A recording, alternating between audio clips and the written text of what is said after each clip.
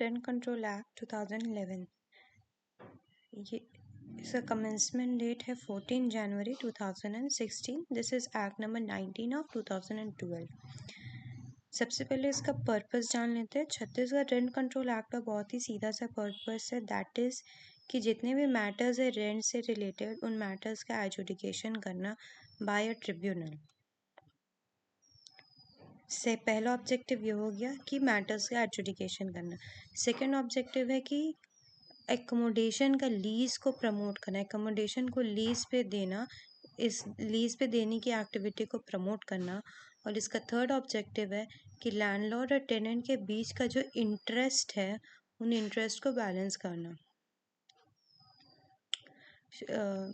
Short title extend and commencement, इस act को हम लोग कहते हैं छत्तीसगढ़ रेंट कंट्रोल एक्ट 2011.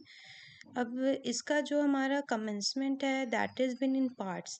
मतलब सबसे पहले इन द फर्स्ट इंस्टेंस ये जो रेंट कंट्रोल एक्ट है वो आपका ऐसे म्यूनिसिपल एरियाज़ में कमेंस हुआ जिनका head quarters with in the state है. ठीक है, मतलब ऐसे म्यूनिसिपल एरियाज़ जो कि डिस्ट्रिक्ट हेड क्वार्टर्स है, और बाद में बाकी के म्यूनिसिपल एरियाज़ जो स्टेट के विद इन फॉर्म किए गए हैं.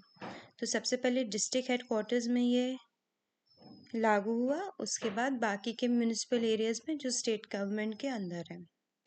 Now definition part is very important. Section 2 deals with the definition. ठीक है, तो सबसे पहला डिफिनेशन है एकोमोडेशन. एकोमोडेशन का मतलब होता है कोई भी बिल्डिंग या पार्ट ऑफ बिल्डिंग, ज़रूरी नहीं है कि पूरी बिल्डिंग को लीज पे दी जाए, कोई एक पूरी बिल्डिंग या बिल्डिंग का कोई भी एक पार्ट, चाहे वो रेसिडेंशियल हो या नॉन रेसिडेंशियल बिल्डिंग हो, जिसको लीज बिल्डिंग या पार्ट ऑफ बिल्डिंग, चाहे वो रेसिडेंशियल या नॉन रेसिडेंशियल पर्पसेस के लिए हो, या फिर बिल्डिंग चाहे रेसिडेंशियल हो या बिल्डिंग ही नॉन रेसिडेंशियल हो, उसको लीज पे देना. लीज पे कौन देगा? तो लीज पे लैंडलॉर्ड देगा टेनेंट को.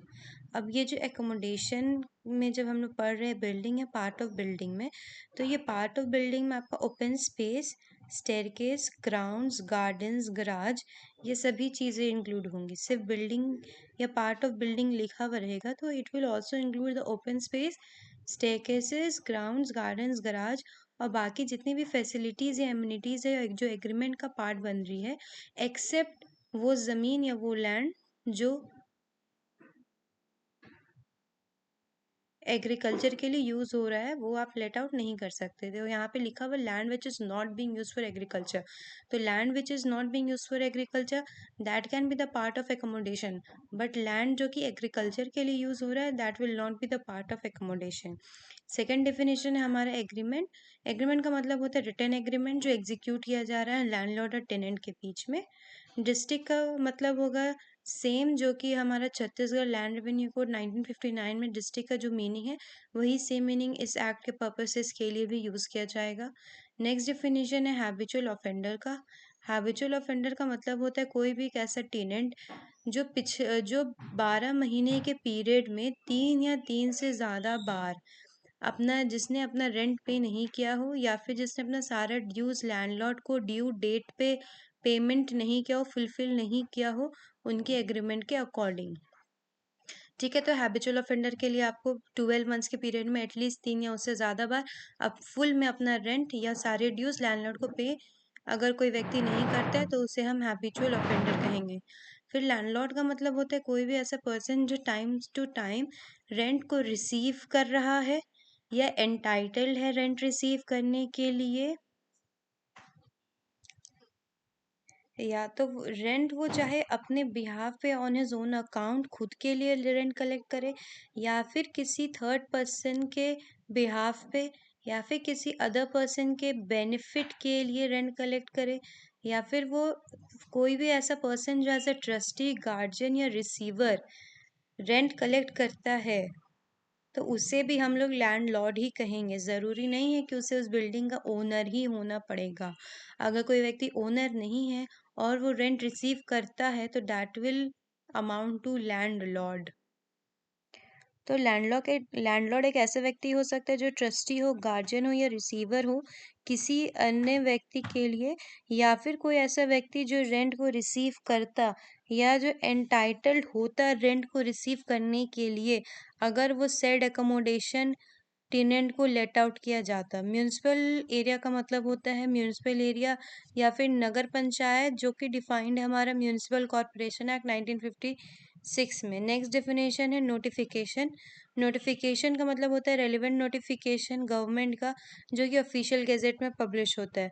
ओल्ड एक्ट की बात करें, इस एक्ट में अगर ओल्ड एक्ट का कहीं रेफरेंस आएगा तो उससे हम लोग समझेंगे Chhattisgarh accommodation control act 1961।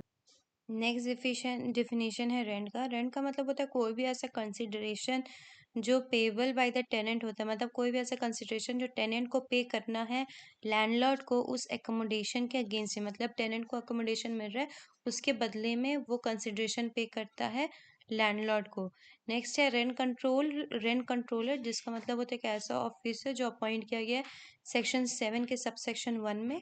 Rent control tribunal मतलब होता है एक ऐसा बॉडी जो कॉन्स्टिट्यूट किया गया है सेक्शन 6 से सबसेक्शन 1 में। रिपील एक्ट का मतलब है छत्तीसगढ़ अकोमोडेशन कंट्रोल एक्ट 1961 का। ठीक है। न्यूजेंस एक इम्पॉर्टेंट डिफिनेशन है।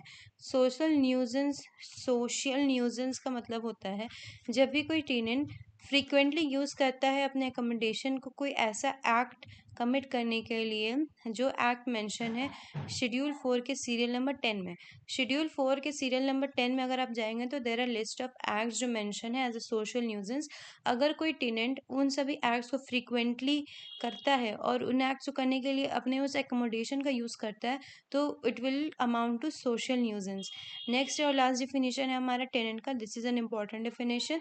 तो कुछ कुछ डिफिनेशन है वो इम्पॉर्टेंट है, जैसे tenant, social nuisance, rent, landlord, habitual offender and accommodation. तो प्लीज़ मेक श्योर कि आप इन डिफिनेशन को याद रखें उनके सबसेक्शन नंबर्स के साथ। तो टेनेंट का डेफिनेशन है सेक्शन 2 सबसेक्शन 14।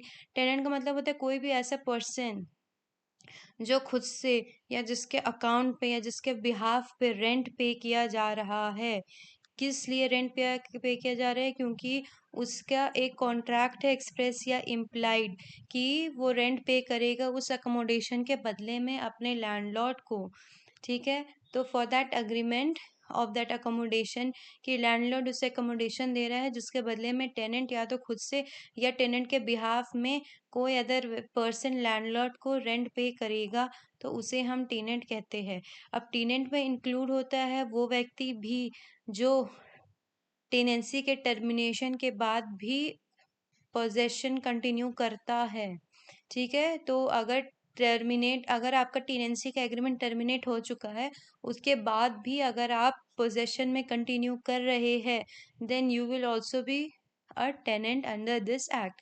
लेकिन अगर आपका टर्मिनेशन जो हुआ है टेनेंसी का या आपके अगेंस्ट कोई ऑर्डर या डिक्री ऑफ एविक्शन पास किया गया है उसके बाद, अगर आपके अगेंस्ट कोई ऑर्डर या डिक्री ऑफ एविक्शन पास किया गया कोर्ट के द्वारा और उसके बाद भी अगर आप पोजीशन में कंटिन्यू कर रहे हैं तो आप then that person will not amount to a tenant. ठीक है। अगर टेनेंट का डेथ हो जाता है तो उस केस में किसे हम कहेंगे एज अ टेनेंट? तो उस केस में अगर रेसिडेंशियल पर्पस के लिए बिल्डिंग लेट आउट की गई थी, अकोमोडेशन दिया गया था, तो उसके बाद उसके सर्वाइविंग स्पाउस, उनके सन, डॉटर, मदर, फादर और जो उनके साथ ऑर्डिनरीली रिसाइड कर रहे थे उस एकोमोडेशन में, तो हम टेनेंट उसको मान लेंगे as a family member reside कर रहे थे। ठीक है। और अगर एकोमोडेशन दिया गया कमर्शियल या बिजनेस पर्पसेस के लिए तो सर्वाइविंग स्पाउस, तो उस व्यक्ति के मरने के बाद, टेनेंट के मरने के बाद सर्वाइविंग स्पाउस, सन, डॉटर और मदर, ठीक है, जो उसके साथ ऑर्डिनरीली बिजनेस वहाँ पे कैरी कर रहे थे उस एकोमोडेशन में, तो उसे हम टेनेंट मान लेंगे। तो एक बार देख लेते हैं हमारा इंपॉर्टेंट डिफिनीशन है। Section 2 clause 1 accommodation, section 2 clause 4 habitual offender, section 2 clause 5 landlord, ठीक है, section 2 clause 9 rent, and section 2 clause 13 social nuisance, and section 2 clause 14 tenant.